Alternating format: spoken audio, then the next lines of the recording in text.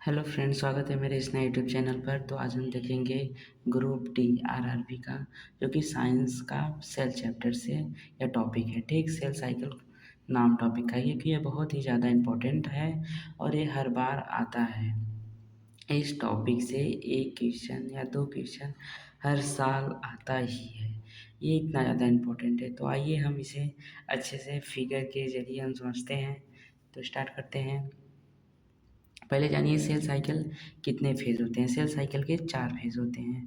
पहला है G1, दूसरा है यस, फिर G2, फिर M है। G1 यस, G2 M होता है। ठीक, अब G1 में क्या होता है, G1 किसे कहते हैं, इसे G1 का मतलब होता है गैप 1 कहते हैं। इसमें जो होता है सेल का आकार बढ़ता है, यानी कि कोशिका का साइज बढ़ता है। प्रोटीन और कोशिका अंगक बनते हैं। इसमें प्रोटीन और कोशिका अंगक बनते हैं। डीएनए के लिए जी मतलब डीएनए प्रतिकृति के लिए इसमें तैयार किए जाते हैं। ठीक, लेकिन डीएनए प्रतिकृति इसमें नहीं होता है। तो आइए जीवन के बाद यस में। ठीक, अब यस में क्या होता है, इसमें डीएनए रेप्लिकेशन होता है। ठीक, डीएनए का प्रतिकृतिकरण इसी में होता है, यस फेज में। और इसमें डीएनए की मात्रा भी दोगुनी होती है। अरे भाई, जब एक डीएनए से दूसरा डीएनए बनेगा तो मात्रा तो दोगुनी करनी ही पड़ेगी। ठीक, डीएनए की मात्रा दोगुनी होती है। इसमें सेंट्रोसोम का भी डुप्लीकेशन होता है। यस के बाद अब G2 आ जाइए।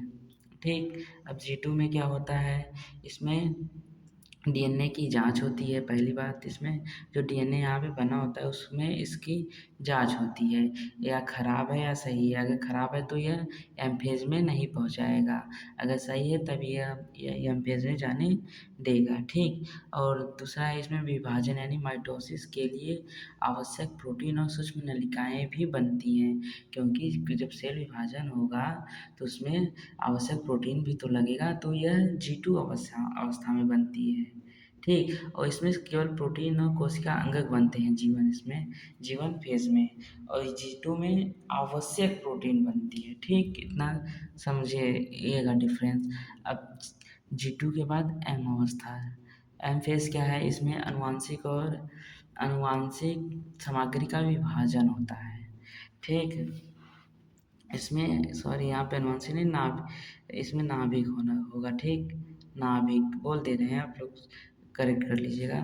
नाभिक और अनुवांशिक सामग्री का विभाजन होता है, यानी कि न्यूक्लियस जो सेल होता है उसका भी न्यूक्लियस होता है, उसका और अनुवांशिक पदार्थ यानी डीएनए दोनों सामग्री का विभाजन होता है।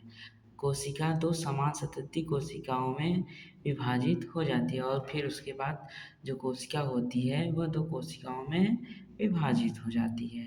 बस यही सेल साइकिल है। ठीक, उम्मीद है आप लोग अच्छे से करिएगा, और ये वीडियो अगर अच्छा लगा हो तो लाइक शेयर सब्सक्राइब ज़रूर कर दीजिएगा। ठीक है, धन्यवाद।